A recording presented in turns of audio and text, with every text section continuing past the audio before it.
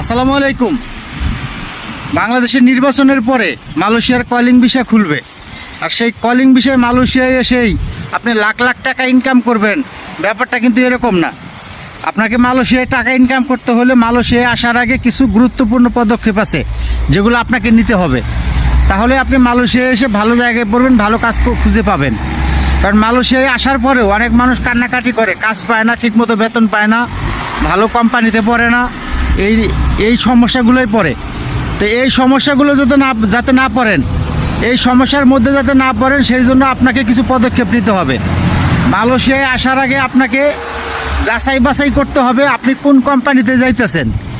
সেই কোম্পানির ব্যাকগ্রাউন্ড আপনাকে চেক করতে হবে, কারণ এখন অনলাইনের যুগ, অনলাইনে সব কিছুই পাওয়া যায়। আপনি একটা কোম্পানিতে আসলেন, সেই কোম্পানিটা কতদিন আগে খুলছে, কোম্পানির ফিচার কি, কোম্পানি কিভাবে শ্রমিকদের দেখে, এগুলো যাচাই বাছাই করে তারপরে মালয়েশিয়াতে আসবেন। আর তা না হলে কিন্তু এই যে আমার এক আপু কমেন্ট করছে যে তার স্বামী প্রতি রাতে কান্নাকাটি করে। কারণ মালয়েশিয়াতে আসলেই যে সবাই ভালো থাকে, ব্যাপারটা এরকম না। তাই আমি আবারও বলতেছি, যারা মালয়েশিয়াতে আসবেন এই বিষয়গুলো আগে যাচাই বাছাই করবেন যে কোন কোম্পানিতে আসতেছেন। বিশেষ করে যদি সাপ্লাই কোম্পানিতে পড়েন তাহলে আপনার জীবন শেষ। কারণ সাপ্লাই কোম্পানি আপনাকে কাজ দেবে না, আপনাকে ভিসা লাগাই দিবে।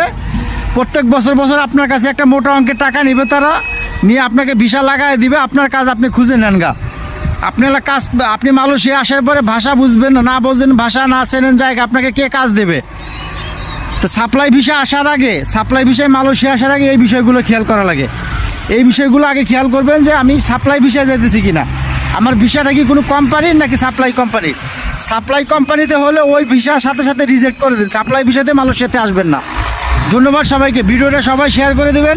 যারা আগামীতে মালয়েশিয়ায় আসবে তাদের যাতে আমার কথাগুলো শুনে কিছুটা হলেও উপকৃত হয়, তারা যাতে উপকৃত হয়, তাই ভিডিওটা সবাইকে অনুরোধ করছি, সবাই একটু শেয়ার করে দিবেন।